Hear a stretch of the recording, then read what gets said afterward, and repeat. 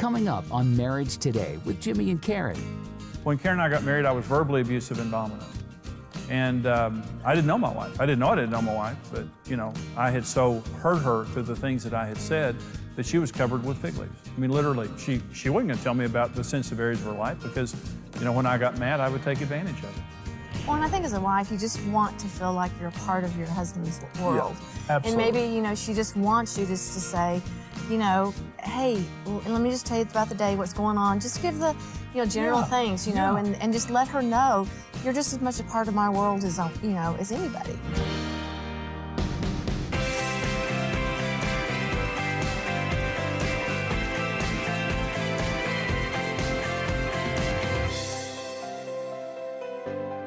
One of the most important things that we understand related to marriage is there are laws. And a lot of times people are fearful of marriage because they don't understand that there are laws associated with it. Now, I'm a pilot. I'm a licensed pilot. I got my pilot's license last year. My family will not fly with me yet. Let me give that disclaimer. But there are laws related to aerodynamics. And so I'm not afraid to fly as long as I'm respecting the laws, because there are laws. Planes don't just fall out of the air. Is that, when there's a plane that crashes or something that happens wrong, it just didn't happen, just by chance. It's something violated the laws of aerodynamics for that to happen. I say, when you don't understand the laws of marriage, it's a really scary thing. And it was for Karen and me. We got married at 19 years old. We didn't have any pre-marriage preparation before we got married, and so we didn't know. And honestly, I just thought you're either lucky enough to marry the right person or you're unlucky and you marry the wrong person. And honestly, I loved Karen. I was very attracted to her. But I thought I married the wrong person after a few years of marriage, and she did too, because it just wasn't working. We didn't know. No one ever told us. We were violating every law of marriage. And so some of you watching right now, you love each other and God put you together, but you may be frustrated, you may be discouraged, you may be fearful because you've failed before in marriages, or you feel like you're failing now and you don't know what to do. I just want to give you the good news. When God creates anything, He creates it for success. And when God creates anything, He creates it upon the laws of His kingdom and the laws of His Word. So when God created marriage, He said some very important words. And this is Genesis 2:24 and 25. You probably heard this before. It says, "Therefore a man shall leave his father and mother, and shall cleave to his wife, and they shall be one flesh. And they were both naked, the man and his wife, and they were not ashamed." Now, I'd heard that scripture read, and I'd heard it at marriages and at weddings and things like that, but I never knew that those were the 4 foundational laws of marriage, and that everything, God created marriage, and He spoke those words. And when He spoke those words, He created a foundation for marriage that would ensure that every marriage could succeed. Now, listen to what I'm about to say. You have a 100% chance of success in marriage. You were made for marriage. God made you in your mother's womb, and you were made for marriage. And some people just think, I don't know that I can succeed in marriage. I'm fearful of marriage. I have a 50-50 chance. You don't have a 50-50 chance. You have a 100% chance if you do it God's way. Let me tell you the other good news. It's not complicated. If it was complicated, I couldn't do it. God doesn't use me to do this because I'm special. God uses me to do this because if I can do it, anybody can do it. It's simple. There are 4 foundational laws of marriage, and once we understand these laws and just apply these laws, it changes everything. And it did for Karen and me. We were on the brink of divorce. We didn't know anything about marriage. But once we began to practice the 4 foundational laws of marriage, first of all, it tells you what to do. Secondly, when you start having problems, it tells you we're having problems because we're violating one of these laws of marriage. So God created marriage to share everything. He says they too shall become one flesh. For this cause a man shall reprioritize his life. And his parents, now they're not going to be first any longer.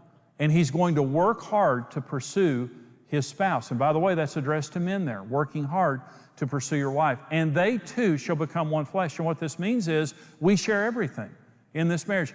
And this is going to sound like kind of a simplistic statement. Marriage is about sharing. It doesn't matter if you have kids in common. It doesn't matter if you share the same house. It doesn't matter if you share a checkbook. Do you share life? Marriage is about sharing. And when the Bible uses the term for intimacy in marriage, it says one. Now here's what this means. Everything before you got married that you owned and administrated individually, now you do it together with no exceptions. It's our money, it's our time, it's our children, even from a blended family. And let me say this, one of the most important things in blended families is giving your spouse ownership of the children. And I'll say something else about that in just a minute. They may not be the biological parent, but they have to have full ownership. Anything that I will not give to you going into the relationship will create problems in our marriage. In fact, it creates jealousy. But here's the way that people violate the law of possession. One is dominance. Some people, and it's very common, in most marriages, there's a dominant partner, in most marriages. But dominance destroys the passion and intimacy of marriage. Men and women are totally equals in every way. Karen and I never discuss who the boss in our marriage is because Jesus Christ is the boss of our marriage. And we were totally equals. But when we first got married, I was dominant. You can be dominant through the force of your personality. You can be dominant through intimidation. In other words, you're going to pay a price if you cross me. You're going to pay a price if you speak your mind. You can be dominant through manipulation. But dominance is as common for men as it is women, and women as it is men. It's not a male issue or a female issue. It's a gender-neutral issue. But dominance simply means I'm not going to share it. It's mine. Basically, it's mine. And I'm going to control it. It's my kids, my money, my house, my schedule, whatever it is. And so, but it's always destructive. They've done studies on dominance, and it's always proven where you have dominance present in a relationship, and to the degree that you have dominance present, it lowers the satisfaction of the marriage because there's one spouse being dominated. They're not an equal. They're not sharing. They're being controlled, basically. In the year 1930, 83% of adult Americans are married. Today in America, 49% of adult Americans are married. Everybody has legacy, but how important is it to you that for your children and in your family that they have a legacy of good marriage? What we do with our lives is going to dramatically affect the next generation. Marriage is the future. We must build marriage. And what we love to do here at Marriage Today is give people hope because marriage works. Marriage works wonderfully. God would never create anything for failure. The world was telling us to give up. People around us was telling us to give up. But Marriage Today was a light in a dark place for us at a dark time. Hearing Jimmy and Karen Evans just talking about how God could restore any marriage, it started to bring hope back into me. They changed our life, and they changed our future. We love helping people in marriage, but we have to have support to do that. In everything that we do, we know that we're touching millions of lives every year and millions of families. Would you stand with us as we build marriages in America and around the world? The families that we help and the children that we keep together with their parents are because of you. Please consider giving your most generous gift to help us here at Marriage Today lift the standard around the world for marriage and family.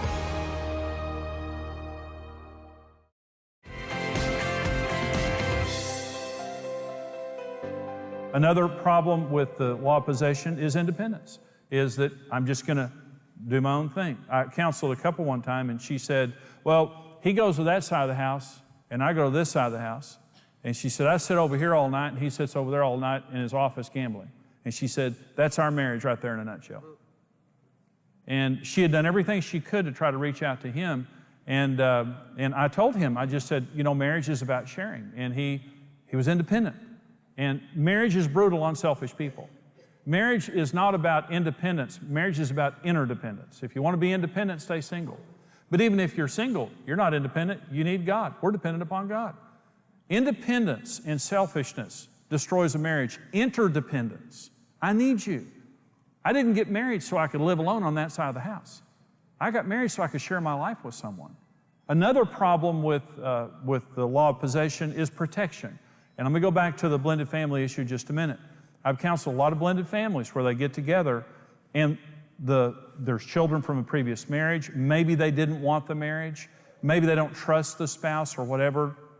I counseled one couple in particular. He had no authority over the kids. And it's typically better, especially when the family is new, when the marriage is new, if the biological parent does the discipline. That's typically better. It just makes sense that if, you know, they're my biological children, I'll do the discipline. But the non-biological parent has to have full authority to discipline if necessary and to protect themselves. And some people say, listen, they've been through a hard time, and I just don't want to do that. In fact, one woman said to me, I don't trust him with the kids. And I said, in other words, you trusted him with your life to marry him, but you don't trust him with your children? And what happened was he was in the home, and he was a fair target. These kids were coming after him every day with actions and words that was ruining the quality of his life. And he said, I can't take it anymore. And I turned to her and I said, listen, he's got to have ownership of your children. And she said, I won't. I won't. There are no exceptions to this. And this is an interesting scripture. This is 1 Corinthians 7. It says, let the husband render to his wife the affection due her, and likewise also the wife to her husband. The wife does not have authority over her own body, but the husband does.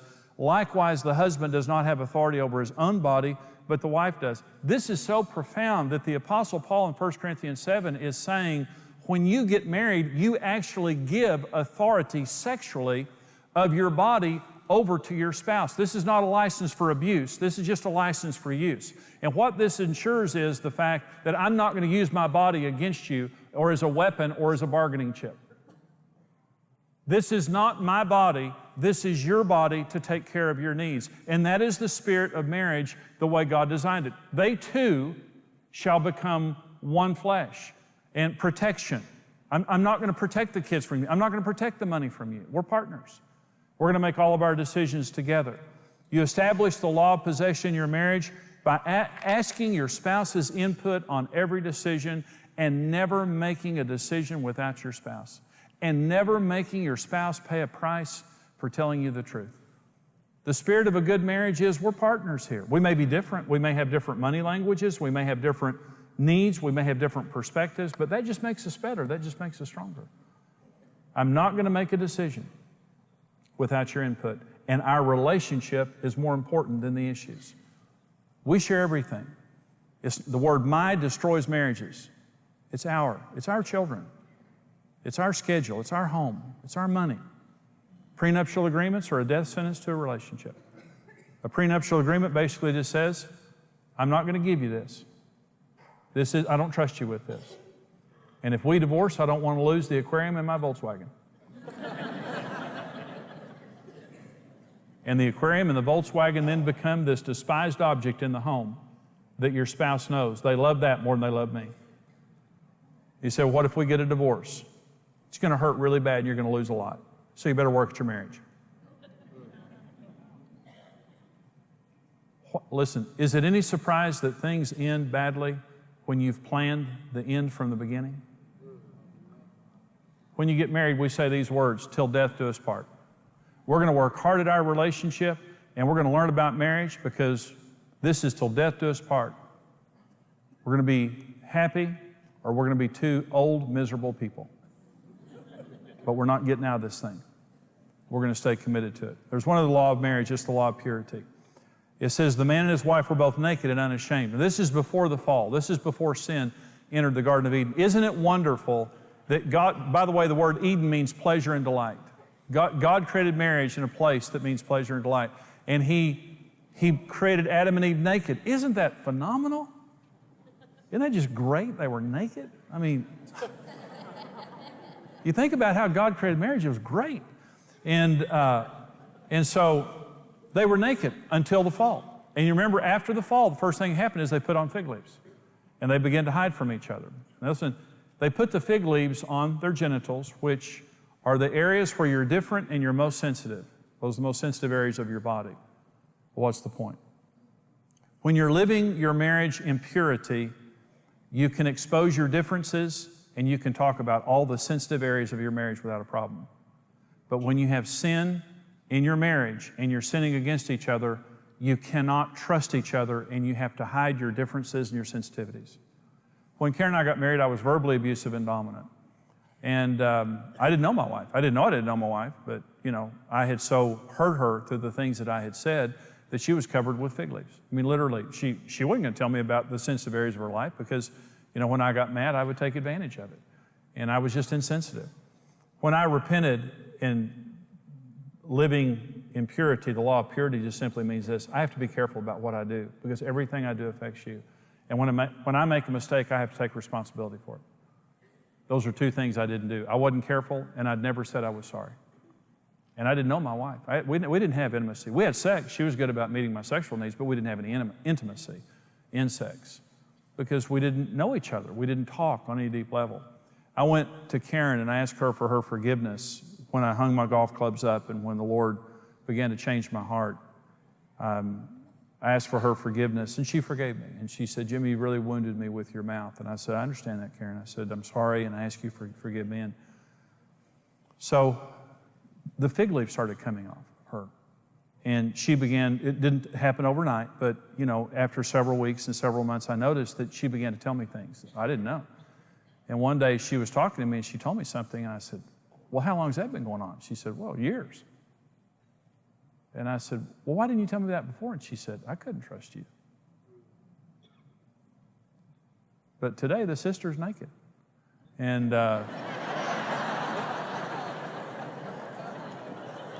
life is good. Life is real good. But you can live in the same house, but if you got a mouth on you, if you hurt my feelings and you're disrespectful to me and you're sarcastic and you're critical and you won't take responsibility for it, you think my heart is a holy of holies, and it's a sensitive place in all of us. All of us are more sensitive than we would want to admit. I cannot trust my heart of hearts to somebody who won't take responsibility for their behavior. When you're careful in the way that you treat each other and when you take responsibility for your mistakes, the fig leaves come off. And when it says the man and his wife were both naked and unashamed, it meant mentally, emotionally, spiritually, and physically, they could talk about anything without shame. No shame. I'm not afraid in any way that you will reproach me because I trust you. You're my safe place.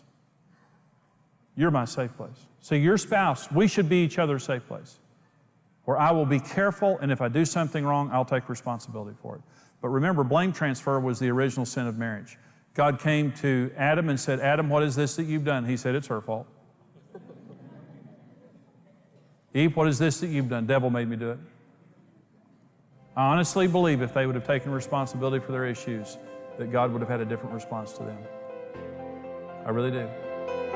I hope you enjoyed that message. That comes out of the fullest seminar that I do called Marriage on the Rock. It's the first I ever did. We continue to update it, but this is our most popular series. And we talk about the most important issue in marriage and the roles in marriage and how to understand and meet your spouse's needs and money and sex and in-laws and children. And all of those kinds of things are in the Marriage on the Rock series. And so we want to put this into your hands. As you support us here at Marriage Today, we go all over the world helping people to succeed in marriage and family relationships, and we need your financial help.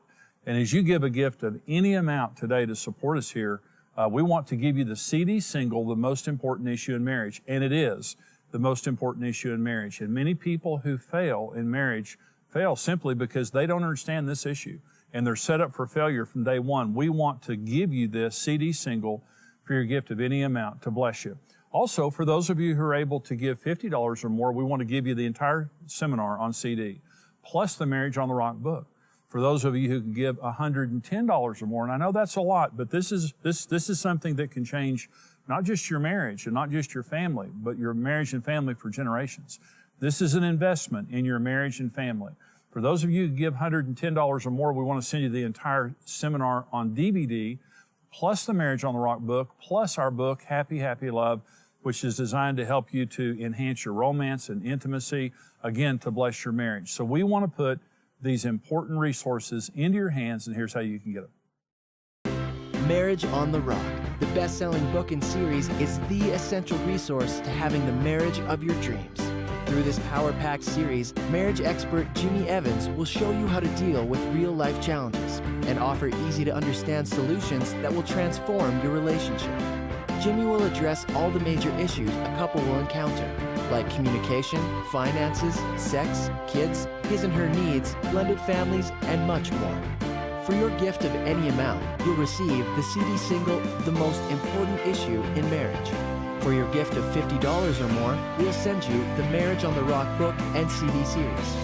For your gift of $110 or more, you'll receive the book and DVD series, plus the Passion Reigniting Happy Happy Love Book. Discover God's design for your dream marriage. Whether you've been married for years or just preparing for the journey, experience Marriage on the Rock today.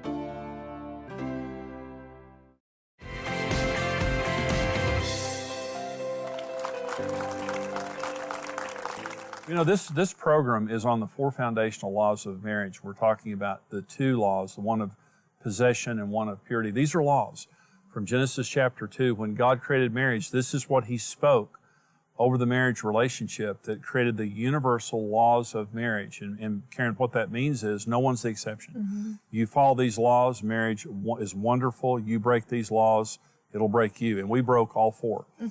When we first got married, we were doing everything wrong. Thank God that we found this truth out, and it transformed our marriage. I agree. So we have some questions from some viewers, Karen.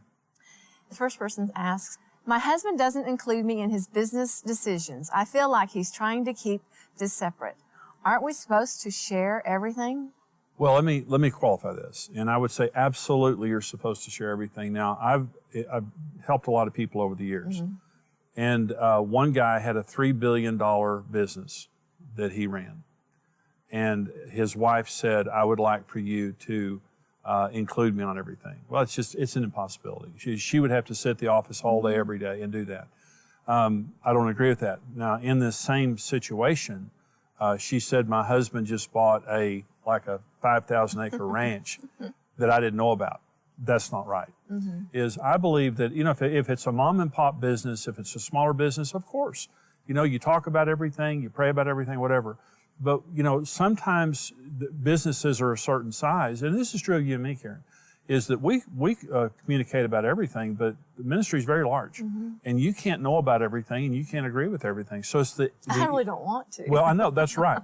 Well, but it could be that this is a smaller family business, and she wants to be included. Absolutely. But it needs to be practical. And so in our case, we agree on everything in our family, everything in our marriage, and everything that is the essence of our ministry together. But then you give me the freedom to act beyond there. I have to. Well, and I think as a wife, you just want to feel like you're a part of your husband's world. Yeah, absolutely. And maybe, you know, she just wants you just to say, you know, hey, let me just tell you about the day, what's going on. Just give the, you know, general things, you know, and just let her know you're just as much a part of my world as, you know, as anybody. Yeah, and so let's say that it is a larger business. Talk and share and you know, communication between a husband and wife the way we do, it makes you feel included in my world, even if you're not there making the decisions. But I'm certainly not making decisions that violate you. Yeah, you know what I'm saying? Exactly. And so I think we have another question here. Okay. Do you agree that affairs of the heart are equal to sexual affairs? What is the next step for me after my husband's confession of emotional infidelity? Well, yes, absolutely. You know, Jesus said that if you have intent in your heart, it's the same. So it's devastating, and that's what I would say.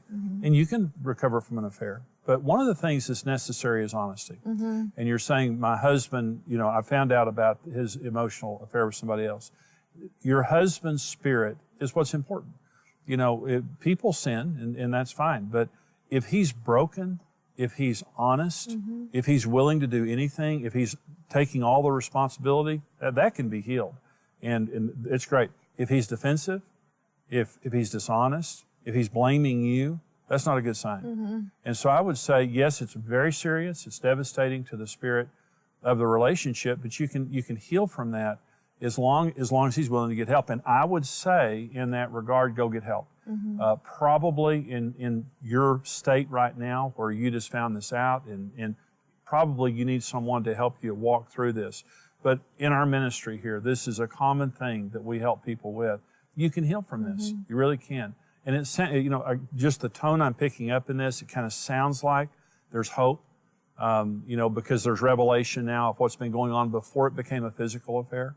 But well, and forgiveness is everything. I mean, absolutely. You know, whether he changes or not, she needs to forgive, Because without that forgiveness, she's still tied to that situation. Yeah. And once, she may be needing counseling by herself, just to have someone to talk to and just to be able to vent and just come through a situation of being able to forgive, and letting it go. And then build on the marriage or build the trust back from that. Exactly right, Karen. And one of the things that hurts the most is just knowing that there's been a dishonesty and a disconnection there. So the reconnection and the full honesty in that situation is critical to the resolve. We love coming to you, and we also love going around the world and helping people in their marriage and family relationships. Marriage is under attack in our society, but we know that marriage can work, and we know that it can work for anybody. And what I love to say to people in our conferences and on television is you have a 100% chance of success in marriage. When you do it God's way, you don't have a 50% chance. Your marriage isn't going to fail. God did not make marriage to fail. He made marriage to bless us and for us to thrive in a marriage relationship, but we have to know how.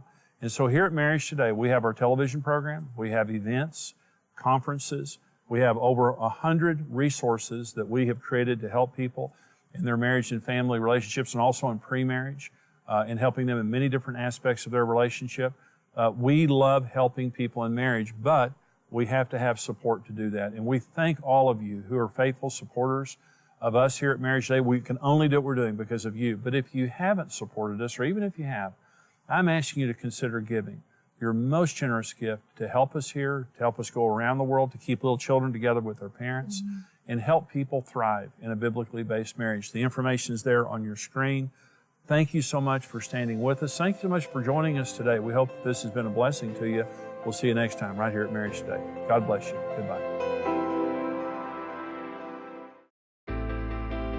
I want you to know you were created by love to love. You were created by one to be one. That's who you are. It's not the lucky few that succeed in marriage. All of us can succeed in marriage. Doesn't matter what your past is about. Your future is about God. And anything is possible. And what we have found is, in the good times and the bad times, God is greater than any issue that we'll ever face. You don't have a 50-50 chance. You have a 100% chance if you do it God's way. I've been there, and I know how hopeless it feels. And in spite of us, He made something good out of it. He can do that with anybody. That's right. This is about helping us to have a better future and helping us to build a family that will last.